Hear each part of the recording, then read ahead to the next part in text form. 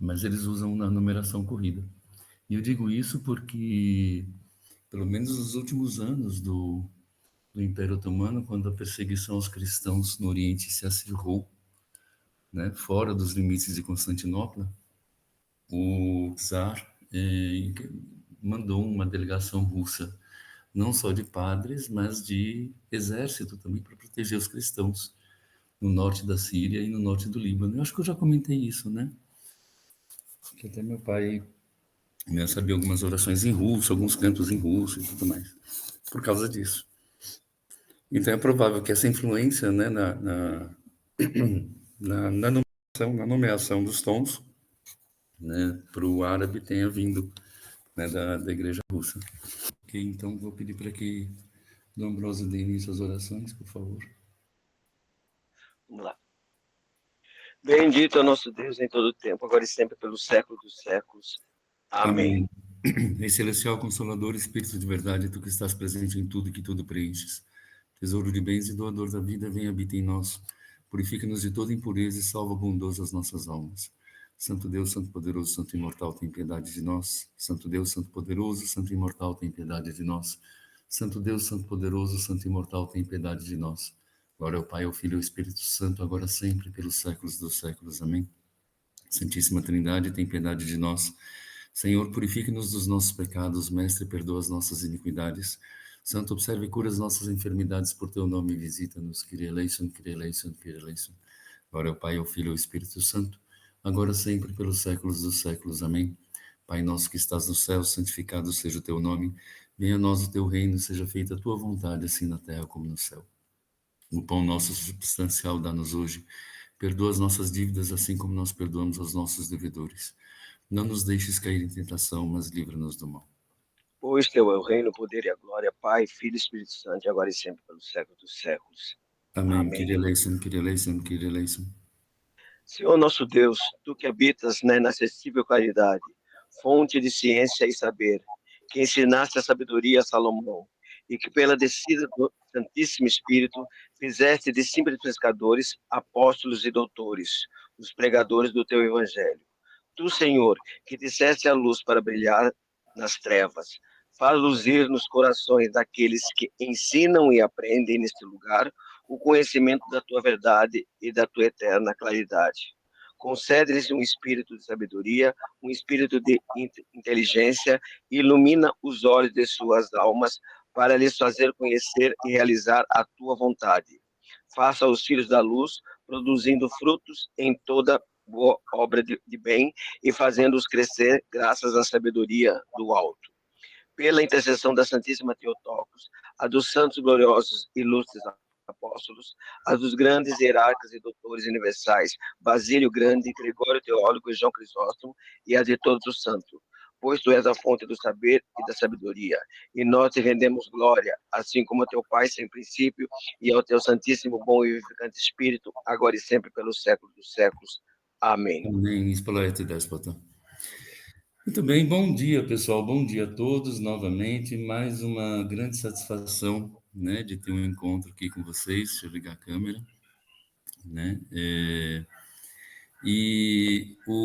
Antes da gente dar início ao tema de hoje, né, que é o segundo tom plagal, só uma informação que eu me esqueci de passar no último sábado, que foi sobre o Agni Parthene, né? Nós, no último sábado, trabalhamos o primeiro plagal, que é o quinto tom, né, na tradição eslava, e o Agni Parthene é, sim, composto no quinto tom. Então, acho que é a melhor referência que nós temos aí do quinto, né? Além do tropário da ressurreição, né, do Christos Anesti, o Agni Parthene, que é mundialmente conhecido, inclusive pelas igrejas não ortodoxas, as igrejas ocidentais e católicas, enfim, e muitas vezes cantado nessas igrejas também. Ele é no quinto tom ou no primeiro plagal. O tema de hoje é o segundo plagal. E antes disso, também quero me desculpar com vocês, porque eu cometi o mesmo erro de muitos. Eu mandei o material, né, dos últimos encontros, o terceiro, o quarto e o quinto, né? Só que eu cometi o mesmo erro. Em vez de colocar no e-mail .ar, eu coloquei .br. Aí o e-mail voltou e eu percebi isso só agora. Então, eu vou juntar todo o material novamente e vou encaminhar para a Arquidiocese poder repassar para vocês com ponto .ar. É o costume de colocar ponto .com.br, né? Acabei digitando BR no momento. E o segundo plagal é o tom mais doloroso que existe, é o mais choroso que existe, é o mais melancólico que existe. É aquele tom bizantino arrastado que faz as pessoas chorarem, né, e sentirem aquela angústia nas liturgias e ofícios. Deixa eu compartilhar a tela aqui, né, só para as anotações que eu fiz e para a gente dar uma olhadinha na escala musical. Conseguem ver? Tem Sim. uma coisa aqui, deixa eu dispensar essa mensagem, ocultar aqui e pronto. Agora sim, né? Pois bem, é um tom doloroso, ok? Ele usa a escala cromática dura, é o mais doloroso dentre os 8 deles, né? Dentre os 8 tons. Ele é utilizado sempre do Triodion até a Paixão de Cristo, tá? E justamente para lembrar o sacrifício de Cristo na cruz, né? Então, quando começa o Triodion, muitos dos tropários já são no segundo plagal. Durante a Semana Santa, a gente pode perceber que vários cânones, né, têm somente 2 ou 3 irmos, não mais, né? Não tem todas as odes. Tem a terceira e a quarta ode, por exemplo, a segunda e a primeira com alguns tropários. Só por uma questão de estrutura litúrgica, a gente vê que no tempo comum existe a primeira ode, depois vem a terceira, pula a segunda. A segunda é sempre dedicada para a Semana Santa. Então, é sempre dolorosa e ela é sempre composta no segundo plagal. Ou seja, ainda que o cânone seja no primeiro tom, que é o tom da ressurreição, o mais festivo de todos, né, junto com o primeiro plagal, que é o quinto, é, ainda assim, a segunda ode é sempre escrita, né, sempre composta no segundo plagal, que é o sexto, e sempre dedicada à paixão de Cristo, ok? Então, é por isso que na Semana Santa, quando se faz, né, o cânone, em todos os ofícios, em todos os momentos, quando se usa, né, o cânone, quando a gente vai ver o cânone, a gente vai ver, né, a primeira, o irmos, né, que é a base, né, os tropários e também as catafacias no sexto tom, tá bom? E é justamente por ser o tom doloroso, esses cânones da Semana Santa são todos compostos no sexto tom, tá? Ele usa a escala cromática dura, tá? Cromática dura, que não tem nada a ver com a música ocidental, diferente do quinto. O quinto é muito simples, né? É escala de Ré menor, ponto. Né? Escala de Ré menor tranquila, só não dá para harmonizar com uma harmonia ocidental. Então, ele não tem, por exemplo, a sensível, e não tendo a sensível, a gente não consegue usar a relativa de Lá maior, né, para fazer harmonização. No entanto, ele é a escala de Ré menor, muito tranquila. Esse daqui não. Esse daqui é completamente diferente, é uma relação musical e harmônica completamente distinta, né, do que nós conhecemos aqui no Ocidente. Tem a sua base em Ré, ok? E uma dinâmica bem melancólica, né, quando os hinos forem longos, que são os papavi, ou estiqueras, em algumas estiqueras, tá? Algumas estiqueras são um pouco mais compassadas, como, por exemplo, o Sicherarium, que eu digo, né? Não as estiqueras, o Sicherarium. São mais compassadas, como, por exemplo, o Aleluia antes do Evangelho. O Aleluia antes do Evangelho, logo após a epístola, durante a liturgia, tá? Ele segue a mesma dinâmica de alguns tropários, que são mais compassados. E por essa razão, né, por se tratar de aleluia, alegria, né, a tradução, né, do hebraico, alegria, utiliza-se não a escala cromática dura, mas a mesma escala cromática utilizada no segundo tom. Por que isso?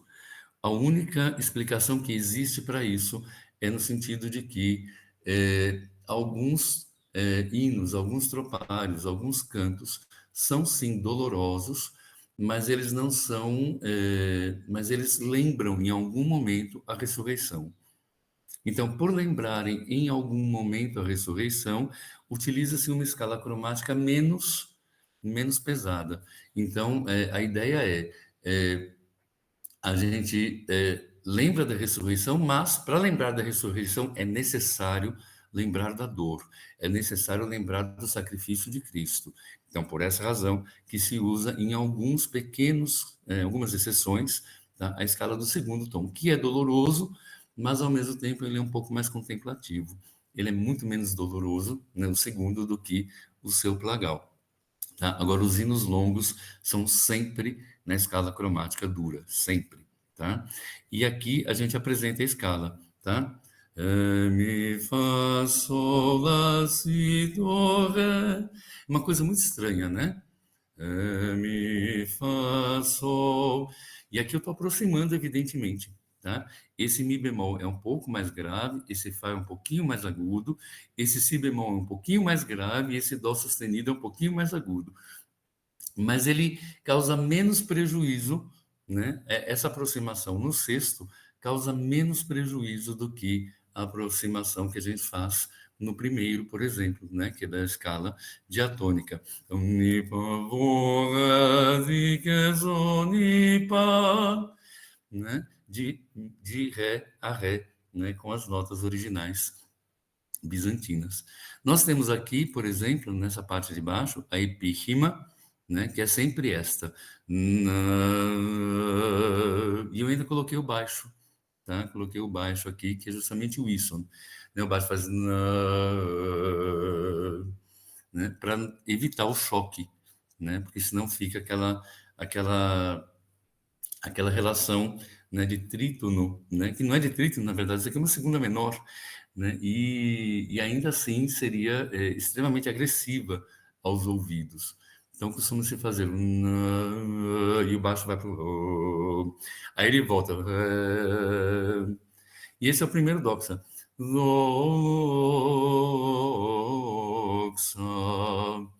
E isso a gente consegue colocar perfeitamente em língua portuguesa. Glória, né? E aí eu fiz uma pequena gravação aqui, né?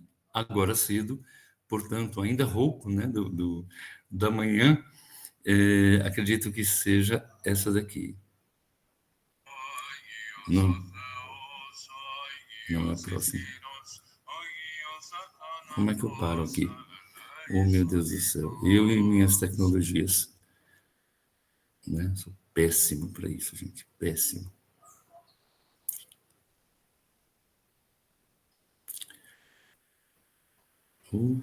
É melhor sair e entrar de novo, porque senão não vou conseguir fazer isso.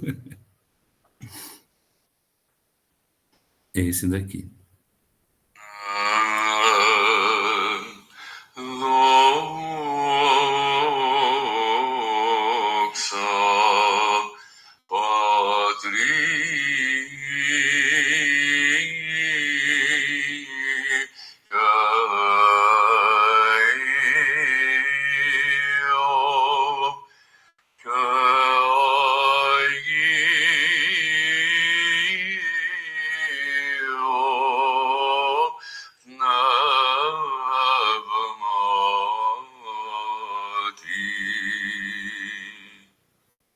Percebem? É extremamente choroso, né? Arrastado, choroso. Isso porque nós estamos falando glória ao Pai, ao Filho e ao Espírito Santo, não é? Que é justamente o doxasticon. Todo doxasticon, todo glória que antecede, por exemplo, a, a grande doxologia, ou que encerra as estiqueras das vésperas ou das matinas, né? Ou que é cantado logo após os hinos do Meneion. Todo glória no segundo plagal começa exatamente assim. E é curioso também, e isso eu não sei explicar, tá? Isso eu realmente não consegui até hoje encontrar uma explicação do porquê o hino do Espírito Santo, cantado nas vésperas de Pentecostes, é também no sexto tom. Né? Então, quando a gente fala glória ao Pai, ao Filho e ao Espírito Santo, aí começa, né? Antes, como é que é? O hino do Espírito Santo, meu Deus do céu, ele começa com, não é Santíssima Trindade, é o que vem antes, Rei Celestial, Consolador, Espírito de Verdade, não é? Este hino é cantado no segundo plagal. Não sei dizer o motivo, porque o segundo plagal é um hino, é um tom dedicado à dor, né, à melancolia, né? Talvez, né, eu possa arriscar, né, pensar numa condição reflexiva, mas ele não é um tom reflexivo, ele é um tom doloroso, eminentemente doloroso, né? E a escala utilizada quando existe um mínimo de reflexão é a escala do segundo. Vejam, é a escala do segundo, tá? Como acontece, por exemplo, né, em alguns tropários. O tropário da ressurreição, por exemplo, no domingo, ele é cantado na escala do segundo. Então, seria estranho, né, utilizar um tom eminentemente doloroso num dia em que nós celebramos a ressurreição, não é? Mas ainda assim, ele traz uma certa dor. Mas essa reflexividade é muito baixa, muito pequena.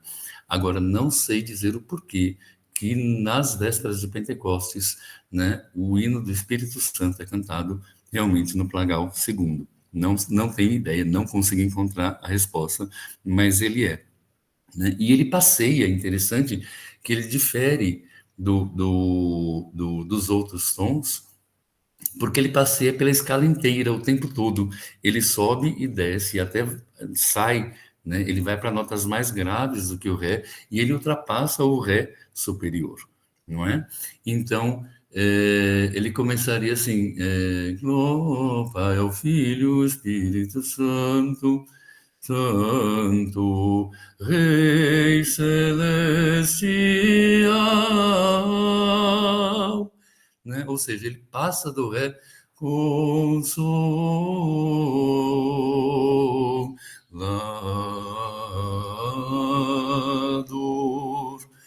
né? Então, é muito, eu acho estranho, né? Clamar o Rei Celestial Consolador no plagal segundo, mas, né, pelo cânone da igreja, então, a gente segue, né? Por outro lado, como disse, no, né, alguns tropários, como o da ressurreição, por exemplo, são cantados na escala do segundo tom, com fraseado melódico do sexto, tá?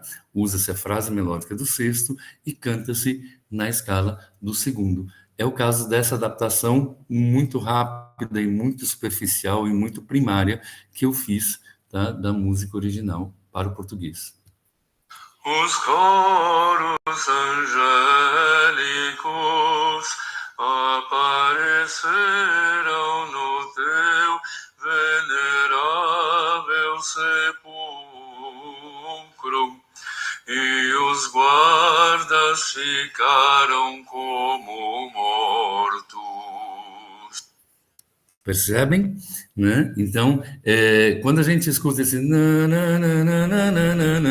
a gente acha que é segundo tom, né? Oigios Theos, oigios ischiros, né? E aqui não. Os coros angélicos apareceram no teu venerável sepulcro. Até aí eu estou dentro do segundo tom. Porém, a outra frase, né, que desce, ela desce na escala cromática leve, mas ela desce com uma frase melódica típica, né, característica do sexto. E os guardas ficaram como mortos, né? E o texto literal é esse mesmo. Os guardas ficaram como mortos, né? A tradução literal é realmente esta, tá? Por outro lado, nós podemos pensar que o sexto tom, para não ficar tão choroso, né, tão choroso, ele também pode ser mais vibrante, ainda que seja nesta escala cromática dura, quando se canta, por exemplo, a doxologia, tá? Doxa cito dixandito fos, doxa en ipsis disteu, Κέπινη ειρήνην εν ανθρώπης ευδοκία. Glória a ti que mostras a luz, glória a Deus nas alturas, e paz na terra aos homens, e benevolência, ou de boa vontade, enfim, dependendo da tradução. né? Santo Deus, Santo poderoso, Santo imortal, tem piedade de nós. E essa frase final é típica, muito comum do sexto. Ouviu isso, já sabe que é o sexto. Lá, né? Lá, sol, fá, mi, ré. É isso daqui para trás. Lá, sol, fá, mi, ré. Ele sempre encerra com isso. Sempre encerra com isso. Tá?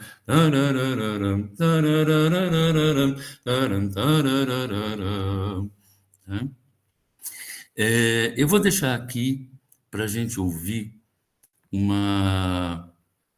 Vou parar o compartilhamento e vou deixar um link, né, para a gente ouvir agora, exatamente como fizemos no último encontro, que é um link de monges cantando o Salmo de Vésperas, né? Kyrie que Akraxa, que é né, Senhor, escuta minha voz, né? Que meu incenso suba a ti como né, Como incenso. como incenso, perdão, como incenso, é porque eu estava lendo outra coisa aqui.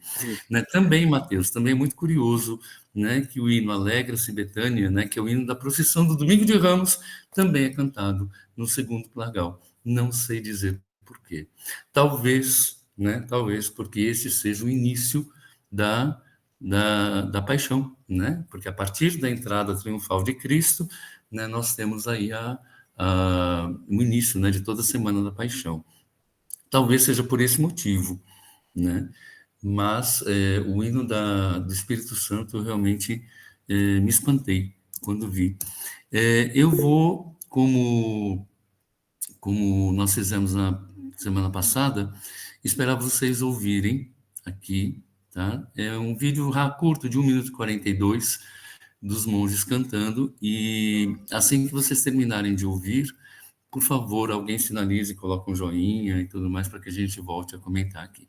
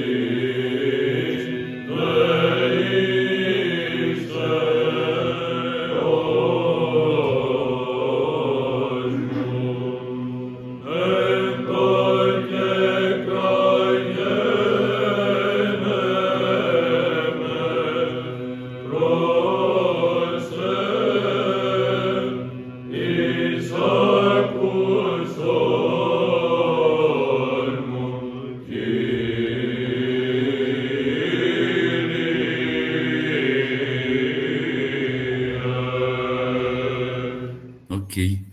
Né? Percebem que ele é triste, né? Kyrie Kraxa prosa. Uma coisa assim triste, né? Ela é doída, né? Ele traz isso mesmo, né? E como a gente falava logo no nosso primeiro encontro, o objetivo dos tons nada mais é do que ser instrumento da oração. Então, a gente precisa pensar que durante toda a permanência de Cristo aqui na Terra, houve momentos de muita glória, houve momentos de tristeza, ele mesmo chorou, né? Ele mesmo chorou. Ele mesmo se regozijou, por exemplo, nas bodas de Caná, não é?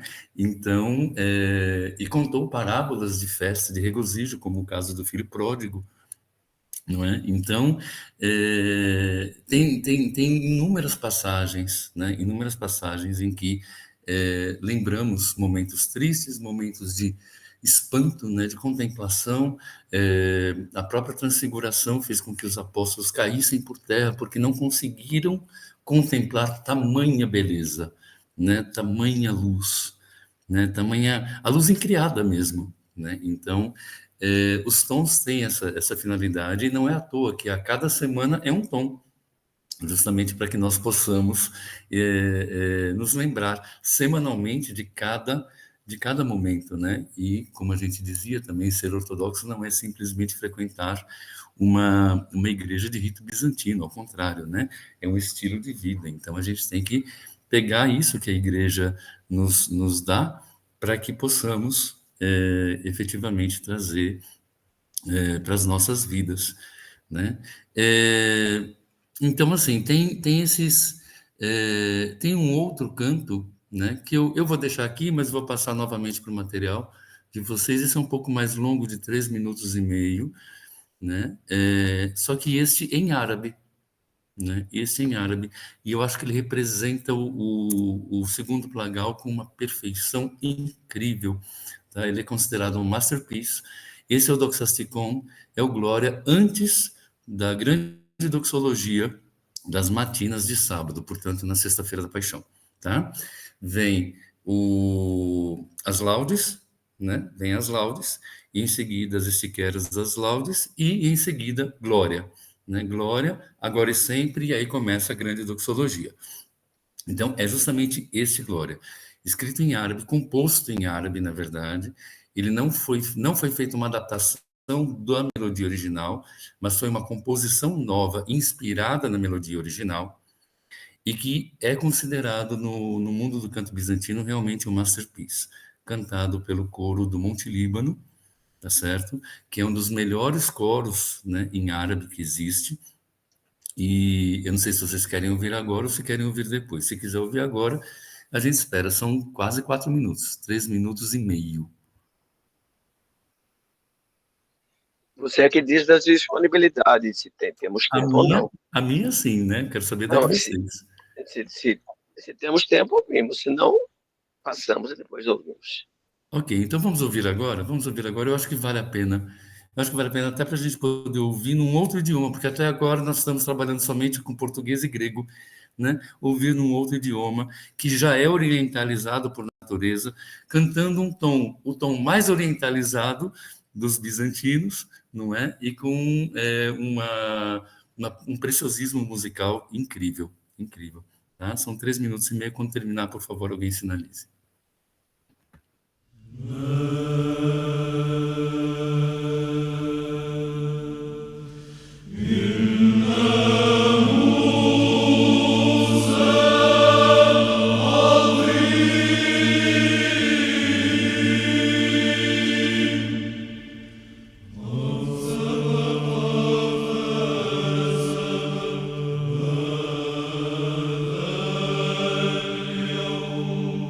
Syrian,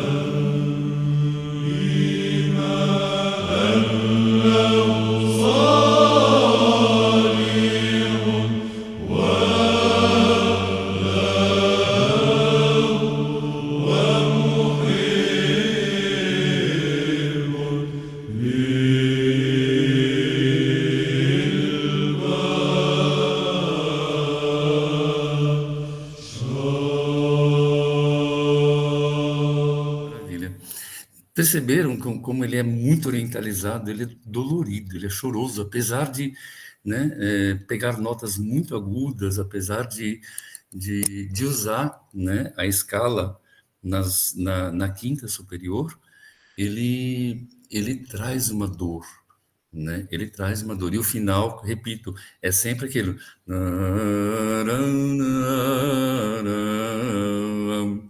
É uma coisa muito árabe, né? É só pensar em música árabe que a gente consegue, né, reproduzir tranquilamente o segundo plagal.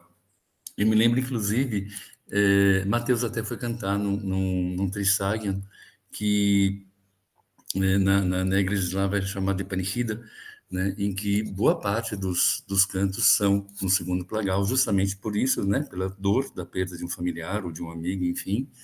E em seguida vem as Evlogitárias da ressurreição, né, que são justamente no quinto, né, que é aquele tom glorioso, vibrante, não é? Para que a gente lembre tudo bem, ele morreu, mas, né, morreu, né, em Cristo. Então, né, tem esperança da ressurreição para a vida eterna. E me lembro também de um outro episódio em que era primeiro tom, né? E eu estava na Catedral de São Paulo e eu fui fazer o Louvai o Senhor dos Céus, Louvai-o nas alturas, aleluia, antes da comunhão dos fiéis, né? Enquanto o clero, né, preparava e comungava. E em vez de fazer no primeiro, justamente por ser base ré, né, eu me confundi e entrei no sexto, né, no segundo plagal, e comecei a cantar no sexto. Eu já tinha começado a cantar, não ia parar, né, e continuei cantando, e fiz todos os aleluias no sexto tom, aquela coisa arrastada e tudo mais. Quando terminou a liturgia, Dom Damascenes, que é um excelente músico, né, um excelente músico bizantino, um dos melhores que conheço, sim, ele chegou para mim e falou assim: por que você cantou no sexto? Ele me deu vontade de chorar enquanto eu comungava, não é? Justamente porque ele traduz, né, essa questão dolorosa, né? E, na verdade, a comunhão é algo que deve ser vibrante, porque se ele morreu por nós e nos deu o próprio corpo e sangue, né, tudo bem, devemos lembrar da morte, sim, mas devemos lembrar mais ainda da ressurreição, né? Porque quem come do meu corpo e bebe do meu sangue não morrerá, mas terá a vida eterna. Não é isso? Então é nesse espírito que nós devemos comungar. Enfim, pessoal, o segundo plagal é esse, era o que eu tinha para falar inicialmente sobre ele, e eu estou aberto a perguntas, sugestões, críticas, dúvidas, informações e tudo mais. Lembrando que só, né, repetindo, que nem no quinto, né, que é o primeiro plagal, nem no sexto, que é o segundo plagal, a harmonia ocidental pode ser utilizada, tá bom? Então, todos esses bemóis e sustenidos não mudam a harmonia. A harmonia do sexto, que é o segundo plagal, varia entre a base ré, o dó, para evitar o choque de segunda menor, tá? Para evitar trítonos. Quando ele ultrapassa a nota sol, ele pula para o sol, ok? Se ele bater no sol e voltar, o baixo faz fá, sol, ok? Então ele passeia, o baixo fica ré, sol, ré, sol, ré, sol, e eventualmente dó ou fá para evitar choque de segunda, tá? De intervalos de segunda, para não acontecer aquela coisa que o tom já é doloroso, né? Você ainda ouvir um tom doloroso, choroso, melancólico, arrastado e com choques, né, com intervalos de segunda ou trítonos, aí sim a pessoa sai correndo da igreja. Tá bom? Estou à disposição para dúvidas, perguntas, sugestões, críticas, etc.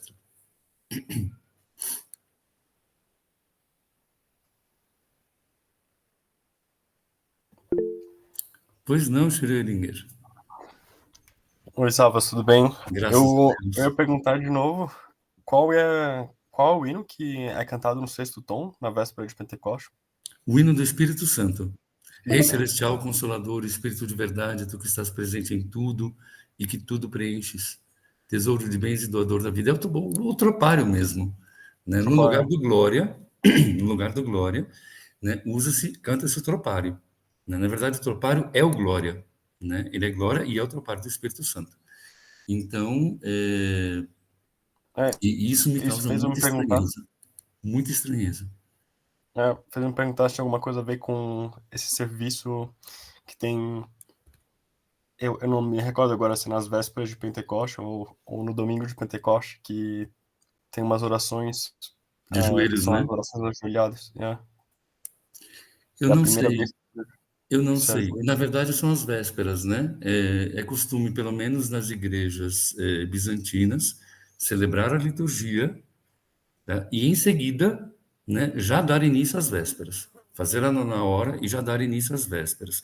Eu não sei se nas igrejas eslavas as vésperas são feitas no horário delas, Não, né? fazemos também depois. Só que a gente só dá um intervalo para os ágapes, assim, para não fazer vésperas em seguida a liturgia. Dá um Uhum. intervalo e faz as vésperas. Ah, sim, sim. Após a liturgia. Após a Sim, liturgia. nós não, nós fazemos, os bizantinos fazem, né, seguidos, né? Então faz as matinas, né? Primeira hora, terça, sexta, liturgia, nona hora e vésperas. Então a liturgia de Pentecostes é imensa, né? Quem entra na igreja para Pentecostes entra na igreja às 7 da manhã, vai sair às 2 da tarde, tranquilamente, né? Mas é justamente nas vésperas que se faz isso. Não sei se é para preparar o fiel, né, Gabriel? Como eu te disse, eu até hoje não consegui encontrar uma resposta concreta para isso. Mas a sua hipótese é bem razoável, né, no sentido de preparar o fiel para que ele se prostre, né, diante do De Espírito qualquer Santo, forma, né? é um ofício meio penitencial, né? Com as prostrações e tudo, ele é um pouco penitencial, então eu acho que pode ser uma das razões, né? Pode ser, Pode ser uma das razões. Ele é pode meio ser, mas eu não tenho uma segurança teórica, né, para afirmar isso, né? Mas eu posso efetivamente considerar essa possibilidade, sim. Desculpe, Eminência, eu lhe interrompi, perdão. Não, já tinha falado. Ah, ok. Quem mais? Ninguém? Todo mundo já sabe cantar o segundo plagal? Maravilha. Paula não está hoje. Paula não está hoje, tô sentindo falta dela, né? Não sei Porque o que houve. ela sempre tem uma perna. Sempre tem algum comentário e tal, não sei o que houve, vou até mandar uma mensagem para ela, para saber o que aconteceu, né? Ok, pessoas, então, já que é assim, se ninguém mais tem nenhuma consideração a fazer, todos têm meu WhatsApp, vou deixar novamente aqui no chat, né? Se alguém quiser comentar alguma coisa, 29985. Se alguém quiser comentar, sim, É só uma observação que eu não sei mas assim, eu sinto na música bizantina, né, na música bizantina, apesar de ter tons mais alegres e tons mais solenes ou mais tristes ou mais contemplativos, eu acho que quase toda ela é contemplativa. Quase toda ela eu sinto assim bem, é uma coisa bem pesada. Eu sinto, né? Em toda a música bizantina. Não sei se é impressão minha. talvez pelo momento da música, né? Porque, assim, a origem do canto sacro bizantino vem justamente do canto popular, né? Que se tinha na época, que era o canto grego, né? Baseado nas 8 né, no tetracorde de Pitágoras. Então, Sim. nas 7 escalas modais, perdão, né, de Pitágoras. E não era uma música vibrante, não era uma música efetivamente alegre, a não ser que tivesse instrumentos, né, como tambores, flautas, danças, né, para justamente suprir, né, essa estrutura melódica, né, que parece ser realmente um pouco mais contemplativa, mais introspectiva e tudo mais. Primeiro ponto, esse é o ponto técnico, né? O outro ponto, né, que eu vejo como um ponto mais teológico, é justamente no sentido de fazer com que o fiel, o clero, o monge, né, permaneça em contemplação, ainda que, né, seja uma festa, né, ainda que seja a festa das festas, como a ressurreição, né, ou uma festa das mais importantes, se não a segunda mais importante, que é a própria encarnação. Então, a Anunciação, né, são festas assim inefáveis, né, e usam tons vibrantes. No entanto, ainda que sejam vibrantes, eles têm uma introspecção, eles são contemplativos e são orientalizados justamente em razão da origem deles, que é uma origem grega, puramente grega, não é? Que era utilizada no Império Bizantino, né? Por óbvio, quando os russos, né, e os demais eslavos foram cristianizados, por óbvio, começaram a utilizar os tons bizantinos, porém com a influência, né, do Ocidente, em razão de tantas relações diplomáticas e tantos contatos com o Ocidente, começaram efetivamente a compor, né, em outras, né, com uma outra característica, e isso foi mudando ao longo do tempo, até que se criasse, né, os 8 tons, né, eslavos. E aí, claro, né, eles têm uma cara muito mais ocidentalizada, e quando se dizem vibrantes, são realmente vibrantes, né, aos nossos olhos, né, ou melhor, aos nossos ouvidos, né, Ouvidos. aos nossos ouvidos, são realmente vibrantes, né. E normalmente baseiam-se somente em 2 escalas, apesar de 8 tons, tem um fraseado melódico que os caracteriza, mas baseiam-se em 2 escalas, maior e menor, né? Sim, sim. Apesar das transposições e tudo mais, Sim, sim. escala maior e escala menor, ponto. Né? Não, que uma origina-se do dó maior e a outra origina-se, né, do lá menor, né, que é a sua quinta. Então, sua sexta, perdão. Então, ou a quarta, né, abaixo. E aí, são escalas naturais. E aí entram as sensíveis, que foram acrescentadas depois, principalmente com Bach, né, que revolucionou a harmonia da música e tudo mais. Então, essa estrutura toda da música eslava, que eu particularmente acho incrível, belíssima, belíssima. Tem um compositor sérvio chamado Stevan Mokranjac, que tem um requiem, né, que na verdade é a Panichida ou o Trissagion, que é assim de arrancar suspiros, né? Só que isso demanda um coro, né, preparado, um coro com preparação vocal, com preparação musical e tudo mais. E aqui, né, já respondendo a uma pergunta que talvez Paula fizesse, né, para as igrejas menores ou para as paróquias mais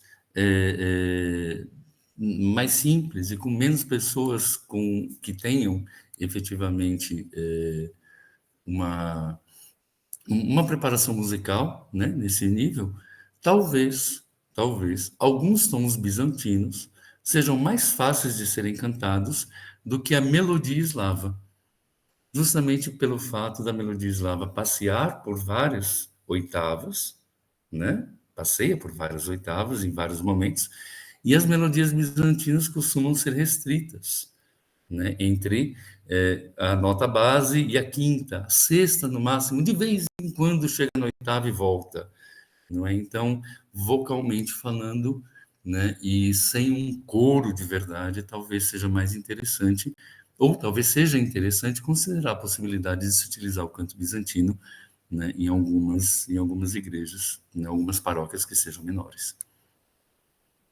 Na música eslava, assim, a música que mais se assemelha ao bizantino é o Znameni, né? Isso, que também só são duas vozes, né? Duas vozes, isso. uma primeira voz e um baixo fazendo, né, o isso, é mais ou menos isso. Então, é a E é que um mais dos se mais aproxima, antigos, né? né? É um dos mais antigos, Exatamente. Então, é o justamente que por mais isso, se quer dizer, aproxima. essa importação, né, quando os mensageiros de Constantinopla foram, né, à Rússia, né, Uhum, para cristianizar, levaram não somente a fé, mas levaram também consigo, né, a sim. iconografia, a arquitetura, a música, né, e tudo mais. Uhum, uhum, Né? E provavelmente o Znameni, considerando também as influências da música popular uhum. russa, né, também adotou isso. Agora, a gente percebe que no Znameni, por exemplo, o baixo não é um baixo contínuo, Não, não é um é baixo um baixo que contínuo. passeia, É. né? Ele passeia, ao contrário do bizantino, que é contínuo, né? Existem, inclusive, alguns mosteiros, principalmente o Vatopédi, é por isso que eu gosto tanto, né, do coro do Vatopédi, mais até que do Simonos Petras, né? Em muitos momentos, eles permanecem naquele baixo contínuo, tendo trítonos ou não, tendo choque de segunda ou não, eles continuam no baixo contínuo. Eles ficam naquele ré interminável, né? Mesmo que tenham um mi. Agora, se a frase parar no mi, aí sim eles baixam, tá? Mas se ela simplesmente passear pelo mi com o ré, aí não, aí eles mantêm o ré, Uhum. né? Então, eu acho que isso é realmente o original, né? É mais original do canto bizantino, apesar do coro de Simonos Petras ser mais estruturado, ser mais elaborado, ser mais bonito em sua execução propriamente dita, né? Gabriel?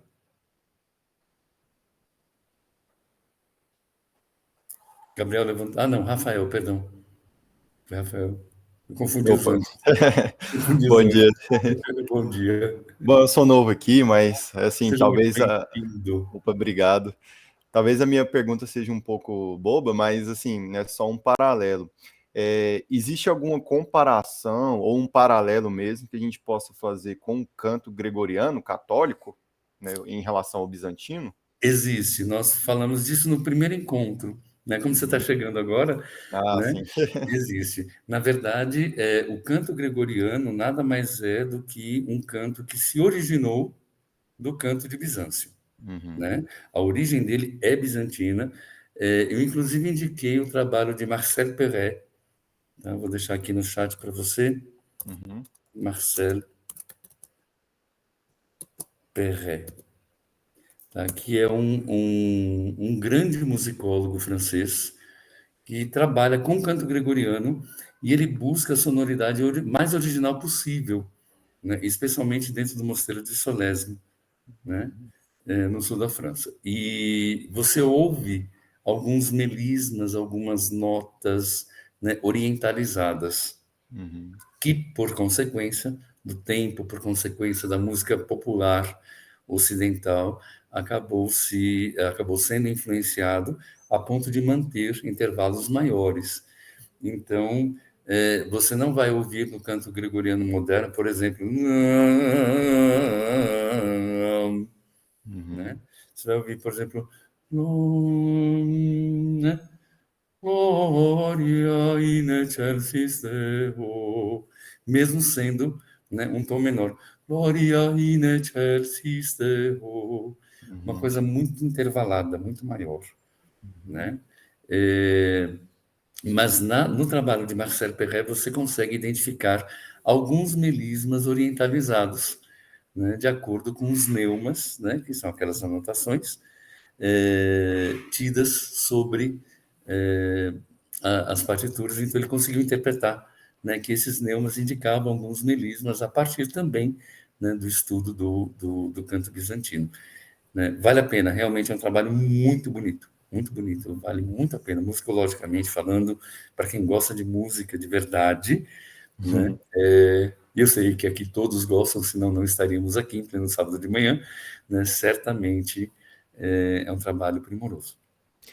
E assim, uma última dúvida, liturgicamente falando, tem possibilidade de, vez ou outra, usar o canto gregoriano na Tem, liturgia? tem sim. Eu só vou pedir para fazer uma gentileza para vocês. Falta 1 minuto para a nossa chamada encerrar, para a gente entrar no segundo link, né, e continuar essa nossa conversa. Ok? Perfeito. Então, a Igreja Ortodoxa mantém o rito ocidental. Não é o rito de São Pio V. É o rito ocidental sem as alterações que São Pio V fez, né, no rito tridentino. Portanto, não tem a leitura do credo apostólico ao final, não tem a leitura, aliás, no início, né? Não tem a leitura do primeiro capítulo de João ao final. E mais uma outra coisinha muito pequena que ele alterou, né? Porque, na verdade, o que São Pio V fez mais foi uniformizar, né, o rito latino. Mas, se você buscar, por exemplo, alguma liturgia de rito ocidental, você vai perceber que ela é extremamente parecida com a liturgia romana pré-conciliar, né? Pré-concílio Vaticano II. Assim, são mínimos os detalhes, né, que a gente percebe. Inclusive, ao segurar não a hóstia, mas o pão, né, depois de tocar no pão, o padre mantém os dedos, né, fechados. Eu não tenho um copo aqui, né, mas ele pega o cálice assim, por exemplo, né, dessa forma, né, justamente para que nenhuma partícula, né, caia, né. Isso é tradição de Roma, né, isso é tradição de Roma. E o padre, no rito ocidental, também faz isso. Quando se celebra no rito ocidental, é perfeitamente possível a utilização, sim, do canto gregoriano, sem problema nenhum. É claro, né, que se a gente for pensar numa tradição pura mesmo, o ideal seria que o canto gregoriano fosse o canto mais aproximado ao trabalho de Marcel Perret, né, desse músico que eu indiquei. Mas nada impediria, por exemplo, que se utilizasse o canto gregoriano moderno. Nada impede, por exemplo, a utilização do latim nas igrejas. Aliás, a igreja russa ainda usa algumas coisas em latim. É interessante isso, né? Na Páscoa, por exemplo, a leitura do Evangelho, né, é feita em vários idiomas e um deles é o latim, né? O Tropário da Ressurreição também é cantado em latim. Eu me lembro que quando eu estava em São Paulo, nós tivemos uma Páscoa que foi belíssima, em que praticamente todas as igrejas, ou pelo menos a maior parte das igrejas, né, celebraram junto, né, concelebraram na Catedral Antioquina. E como os russos viriam, né, eu fui à igreja russa para pegar algumas partituras, e dentre as partituras que me deram o Tropário da Ressurreição em latim, né? E nós fizemos também em latim. Para mim, foi uma das Páscoas mais memoráveis, né, que tivemos naquela igreja. E então, assim, não há problema nenhum nessa situação. A gente sabe que né, não diretriz, mas é uma recomendação da Igreja Ortodoxa como um todo, que se celebre na língua local, né, para melhor compreensão dos fiéis e tudo mais. Agora,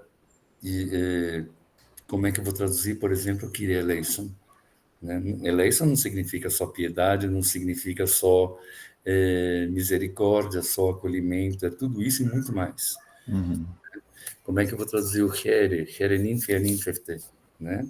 Salve, noiva sem noivo, né? Rejubila, noiva sem noivo, né? Glória, noiva sem noivo, a paz, shalom, não sei, né? Então, o Here é uma outra palavra extremamente difícil de ser traduzida. Então, mesmo assim, né, busca esse sentido mais aproximado, né, para a língua portuguesa. E em alguns momentos a gente acaba usando, né, o idioma estrangeiro, o idioma original para isso, quando se canta, por exemplo, o tom despotin, né, utiliza-se o grego. Algumas igrejas no Brasil ainda usam, né, além do tom despotin, né, o eslavão, né, para o hino final, né, da bênção do bispo. E eu raramente vejo as igrejas cantando o Tonevlohunda, né, para os monges, que são abades, e para os arquimandritas, né? Que é exatamente a mesma, né? O mesmo desejo. Também tem o Spolaete, só não tem o déspota, né? Não é despotem, porque não é déspota. Evlohunda, ou seja, aquele que nos abençoa, também, né? Evlohunda é além de abençoar, né? Também é aquele que nos orienta, aquele que nos dirige, aquele que nos acolhe, né? Que aqui ele é Emon Kyrie Filate Spolaete. Ponto. Não se usa o déspota porque não é bispo, né? Mas isso é cantado para os arquimandritas e para os abades, né, de mosteiro, na ausência do bispo. É um outro hino que, por exemplo, eu não vejo ser cantado no Brasil. E quando a gente pega as traduções disso para o português, são traduções meio macarrônicas, né? A gente procura, na verdade, buscar o sentido, né, do canto para que o fiel consiga, não sei, internalizar, né, que seja, né, a oração. E aí, como falamos várias vezes, cabe ao clero, problema de Dom Ambrósio e de todo o clero, né, cabe ao clero fazer esse trabalho de evangelização mais aprofundado. Nós, como fiéis, devemos fazer, sim, mas ao clero, trabalho de evangelização mais aprofundado, com toda essa estrutura teológica, né, que é necessária. Perfeito, não. Perfeito. Eu acredito que seja por uma questão mesmo de educação, porque o que se procura no Brasil é ter uma noção maior da igreja, né? Da igreja, assim como o bispo, né? Como o bispo, a pessoa central. E também porque nossos mosteiros são bem, né? Bem simples e quase os arquimandritas quase não celebram nas catedrais nas grandes igrejas, né? Então aí por Sim. conta disso, uma questão mais de economia mesmo, é que não se faz esses cantos para arquimandrita ou abades. E de estrutura também, né? E de Estrutura da igreja. Se você for pensar num mosteiro da Rússia, não é tem comparação. completamente exato. Não tem comparação, é uma coisa completamente. Os nossos mosteiros são bem incipientes, né? Bem Sim, incipientes a aldeia tem dois. em todos os sentidos, né? Musicalmente, liturgicamente, com monges, Sim, muito bem é muito diferente. Então, procura se centralizar na figura do bispo a representação da igreja. Por isso também isso é uma coisa meio que é assim de ensinamento também, sabe que o bispo é o chefe da igreja e tudo mais, entendeu? Eu sim. acho que Nós temos algumas coisas que, por exemplo, eu não consigo, nunca vi aqui no Brasil, né? Talvez por essa questão, né? Ou muito provavelmente por essa questão da redução de mosteiros, da simplicidade dos mosteiros, do número extremamente reduzido de monges.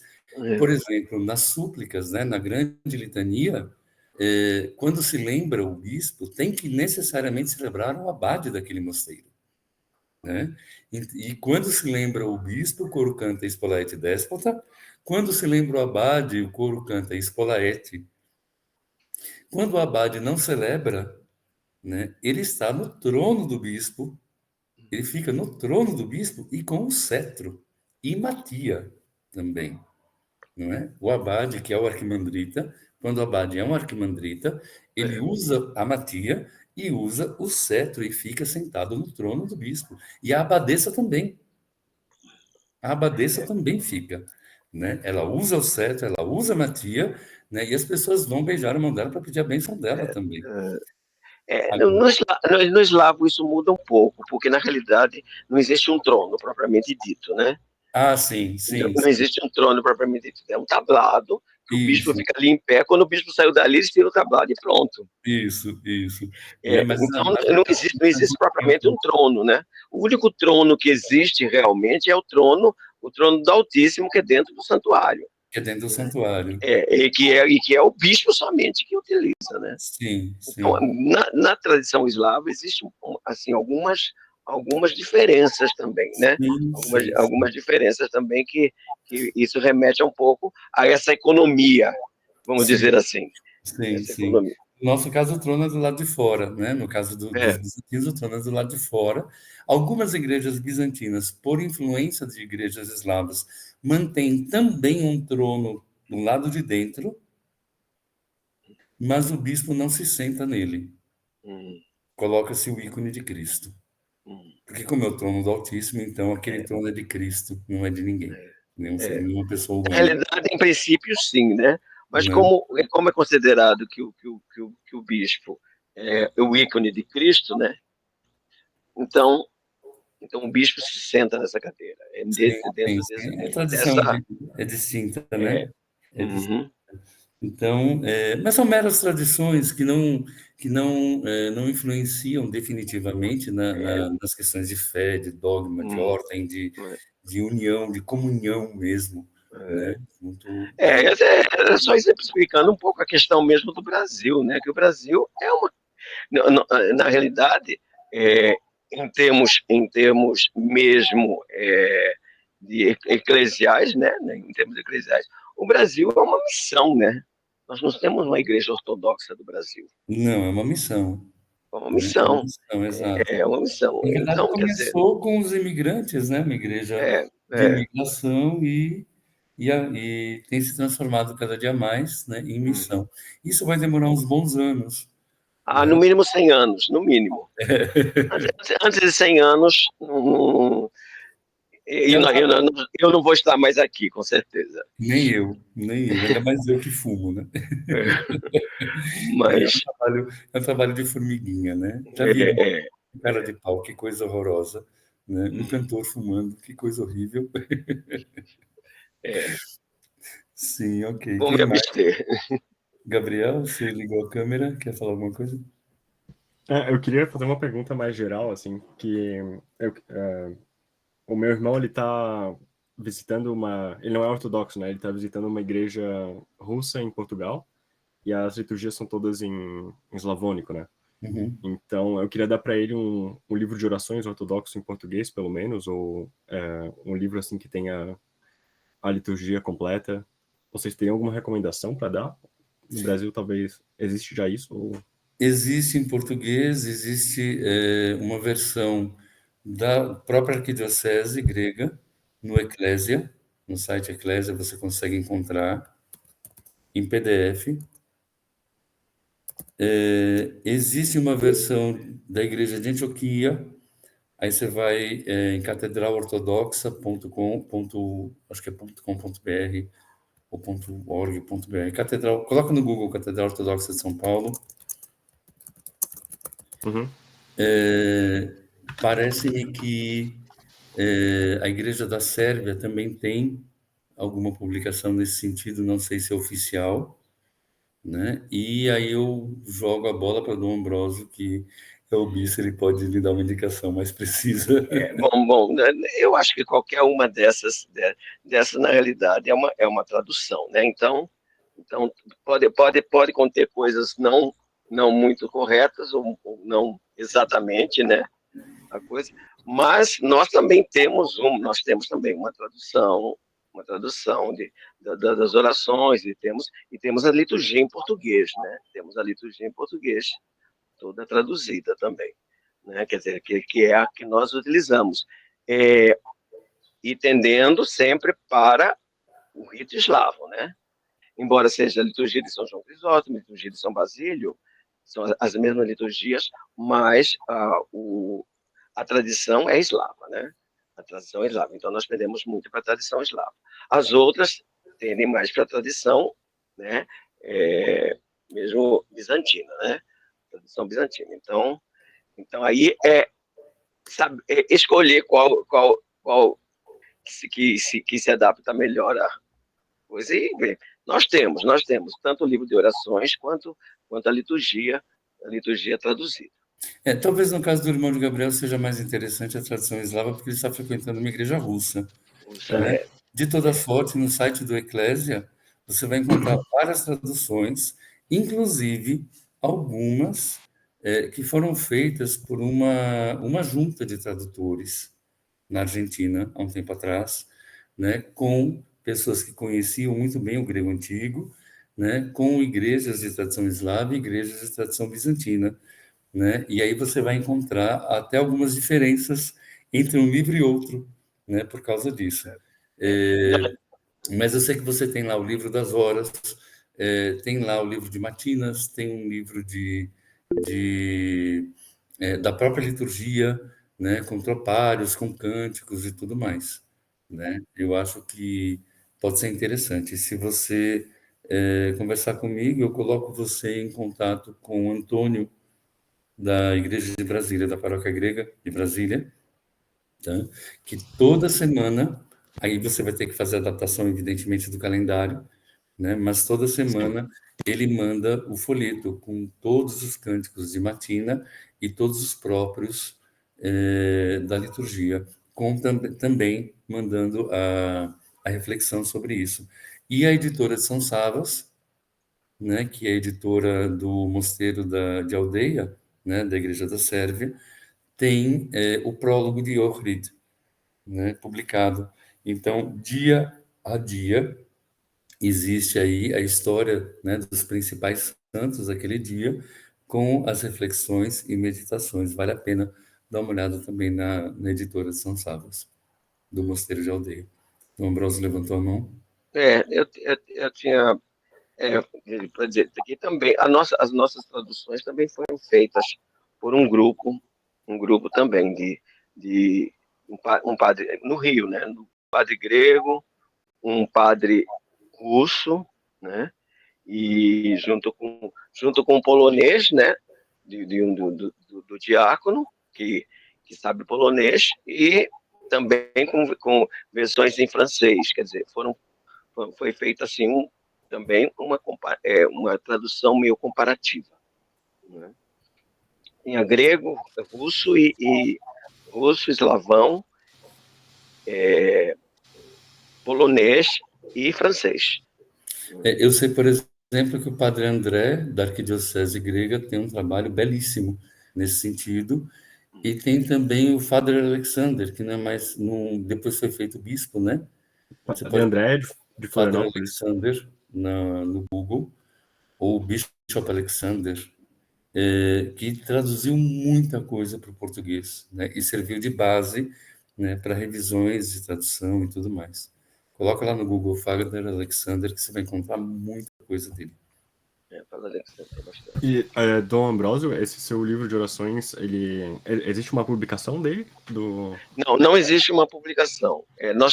Até hoje nós não publicamos nada, porque Dom Crisóstomo é muito rigoroso com essa história e ele quer que a coisa fique ainda. Até hoje a gente tem modificações e coisa porque ele quer que fique uma coisa mais correta, né? Então ele segura um pouco. Mas se você quiser eu posso lhe mandar o livro de orações sem problema nenhum. Acho que seria assim, melhor do que nada agora nesse primeiro ponto, assim. Eu posso lhe mandar, não tem problema. Só você me mandar alguma. Não sei se aparece meu e-mail, alguma coisa aí, não sei. Não. Não. Então Coloca no chat do Ambrósio, por favor. Eu vou colocar aqui. Tá. Então tá, obrigado.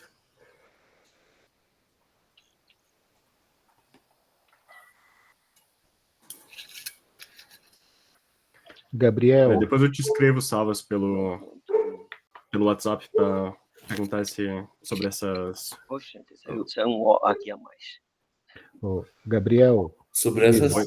Pode escrever, Gabriel, à vontade, fica à vontade. Existe em Agora sim, só um minutinho, João, por gentileza, com sua licença. Só vou pedir uma gentileza para todos, né, do grupo aqui. Se me escreverem e eu não responder imediatamente, ou não assustem, tá? Se eu não responder no mesmo dia, por gentileza, no dia seguinte, insistam, tá? Mas insistam compulsivamente, tá? É verdade, sem exagero, porque eu tenho, assim, uma série de coisas fora também da igreja. Eu estou com término de doutorado, estou com escritório, estou com mãe em casa, cuidando dela, graças a Deus está melhor, né? Ainda tem que administrar o patrimônio dela, tem a universidade, que eu estou no final do semestre, então, assim, eu estou muito soberbado.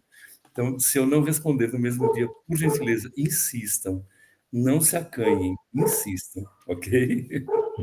Pois não, João. Só para lembrar, Gabriel, em Portugal tem uma tradução feita por um padre romeno, o padre Petro Putreanu, chamada Missal Ortodoxo. Ele foi editado pela Paulus de Portugal e tem toda a liturgia. Como o Dom Ambrósio bem enfatizou, existem problemas de tradução, mas ele traduz bem a liturgia de São João Crisóstomo e tem também algumas vésperas e matinas, tá? Obrigado, eu vou pesquisar Bom, aqui. João, que maravilha isso. Maravilha. Se você puder depois deixar o link para a gente, Tá, né? Ou pelo menos o nome. Ok, Missal Ortodoxo. Eu já vou colocar aqui no E chat. o nome do padre que traduziu. Até porque o romeno é uma língua latina, né? Então, talvez a tradução do romeno, né? Apesar de ser tradução de tradução, né? Talvez seja um pouco mais fluida, né? Para as nossas orações. Eu tento enganar quem achando que eu não preciso de usar óculos, né? Agora, o único problema que eu acho é que o português de Portugal não tem muito a ver com o português do Brasil. Não, mas até aí a gente faz as adaptações, né? Tá aí, um trabalho que Paula conversou comigo e que acho que Gabriel, o outro Gabriel, né? Tem outro Gabriel, não tem? Tem outro Gabriel, que eu não lembro qual Gabriel é. É Gabriel alguma coisa. Cássio Gabriel, pronto, né? Que Paula e Cássio comentaram, né? Na aula retrasada, né? No encontro retrasado, sobre a possibilidade da gente se reunir para fazer um trabalho nesse sentido, de revisar textos e fazer propostas para as igrejas e tudo mais, né? Então, eu só não consegui fazer isso ainda, né? Eu estou esperando terminar esses nossos encontros para a gente poder conversar, né, nesse grupinho de 3, montar um projeto, apresentar para a igreja, né, e a partir daí começar a trabalhar em cima disso. Obrigado, João, pela indicação. Vou procurar também.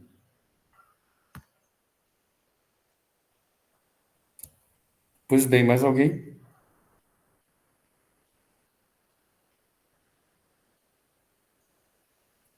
Ok, pessoas, ok.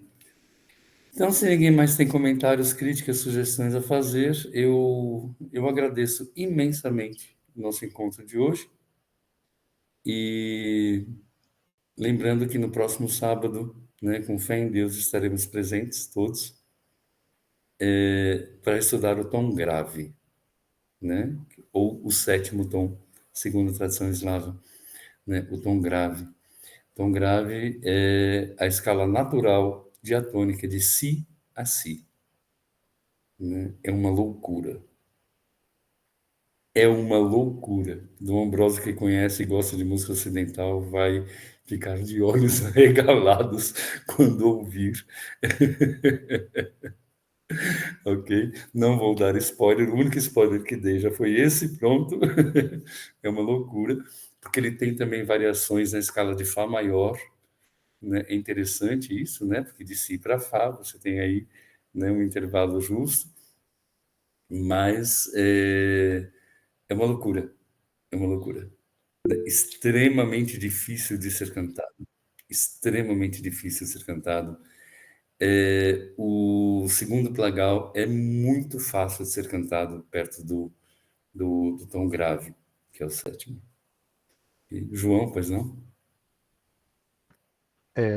Uma vez que eu falei do livro, eu queria mostrá-lo aqui. Ah, pois não, claro. Olha só que interessante. Valeu, João, eu vou pesquisar, sim. Tá ok? Espero que seja útil, mas concordo com Dom Ambrósio em gênero, número e grau. Há problemas de tradução, sim. né? Inclusive do português para o português. Na verdade, acho que o ideal seria pegar os textos originais e constituir uma junta de, de letrados em grego antigo, letrados em língua portuguesa, tanto lusitana quanto brasileira, de teólogos ortodoxos e de músicos, tanto bizantinos quanto eslavos, para que nós conseguíssemos, depois de um longo trabalho, fazer uma tradução do original para o português, com as devidas adaptações musicais, perdendo o mínimo de sentido possível, de sentido teológico possível, né, dos textos originais. Só que isso demandaria o mesmo trabalho que o imperador da Rússia fez quando a delegação de Constantinopla saiu para cristianizar a Rússia no ano de 986. E, portanto, demandaria uma fortuna, né? Coisa que nós não temos, infelizmente, nós não temos, não é? Até nos Estados Unidos existem traduções diferentes, apesar de serem mais unificadas, existem traduções diferentes. Até em Antioquia, que é um patriarcado histórico, existem traduções diferentes. E eu me lembro bem que uma vez eu estava no Balamand e nós fizemos alguns cantos em grego, porque não havia tradução para o árabe. E olha que a igreja de Antioquia é uma igreja da pentarquia. E ainda não tinha alguns tropários, né, que seriam cantados naquele dia entre as estiqueiras de vésperas, né, por não ter a tradução para o árabe. E aí o primeiro cantor, que é o Protopsaltes do mosteiro, né, pegou, né, o original grego e cantou em grego, né? O que para nós foi ótimo, né? Porque nós éramos estudantes, então nós estávamos ali para aprender efetivamente. Porém, ele só fez em grego naquele dia porque não havia tradução para o árabe, né? Então, se nem para Antioquia, no original de Antioquia, uma das primeiras traduções da Bíblia, né, da Septuaginta, né, uma das primeiras traduções foi para o árabe, né? Se nem em Antioquia, que é um patriarcado histórico, existe tudo, né? Quanto mais nós, pobres mortais, né, que somos falantes de língua portuguesa. É um trabalho muito, muito, muito, muito, muito árduo. Muito árduo, Bastante, muito muito minucioso, árduo. E muito demorado. E muito realmente vistoso, muito complicado. precisa de um patriarcado para poder fazer, porque Ainda assim, nós viu? aqui, E olha lá, porque o patriarcado de Antioquia conseguiu terminar as traduções. Vejam, a própria Bíblia de estudo ortodoxa, que é usada nos principais seminários dos Estados Unidos, o São Vladimir e o Holy Cross, o texto em inglês dela não é nem tradução da Septuaginta, é a Bíblia King James, né? E é usado normalmente. O que vale, como eles sempre dizem, são as notas de rodapé, são os comentários. É muito. Existe uma tradução da Septuaginta diretamente ao português lusitano. Parece-me que ela não foi concluída ainda, tá? Mas acho que são 7 ou 8 volumes. Essa com uma capa bem bonita, assim. Justamente por causa dos comentários, né? Porque aí nos comentários explica-se que aquela palavra em especial, né, no grego significa X, que não há correspondente em língua portuguesa, né, e que o seu sentido é A, B, C, D. Então, existem páginas de comentários, páginas de rodapés, não é? E é muito interessante, né? Eu acho que vale a pena o investimento. É um investimento alto, claro, né? Com as devidas ressalvas ao português lusitano e ao português, né, tupiniquim, mas eu acho que vale a pena, né, uma consulta e uma busca a essa edição, né? Vou buscar essa edição. Eu, assim que eu terminar meu doutorado, eu vou correr atrás disso, porque eu quero parar e ler mesmo com riqueza de detalhes isso, né? Vou terminar os meus estudos formais, né? Graças a Deus, com fé em Deus, e né, vou me dedicar realmente a leituras que me são mais prazerosas e mais profícuas, né? Espiritualmente falando. Então, assim que eu terminar meu doutorado, eu vou fazer a aquisição desses volumes que existem, né? Uma capa muito bonita, uma edição muito bem feita, muito bem elaborada. Mais alguém? João, muitíssimo obrigado pelas suas intervenções. Dom Ambrósio, sempre muito, muito preciso, né, no que diz. Gabriel, mais uma vez, obrigado pela presença. Rafael, bem-vindo ao grupo, tá bom? Eu vou pedir para que você, Minka, converse comigo no WhatsApp, para que eu te mande no privado, né, o material das aulas anteriores, e com isso não sobrecarregue ainda mais a arquidiocese. Você também, todos também receberão, né, os materiais que estão gravados, estão prontos, mas por um erro meu, como disse no início, né, acabei digitando BR e não AR. Tá? Nessa semana vocês recebem direitinho.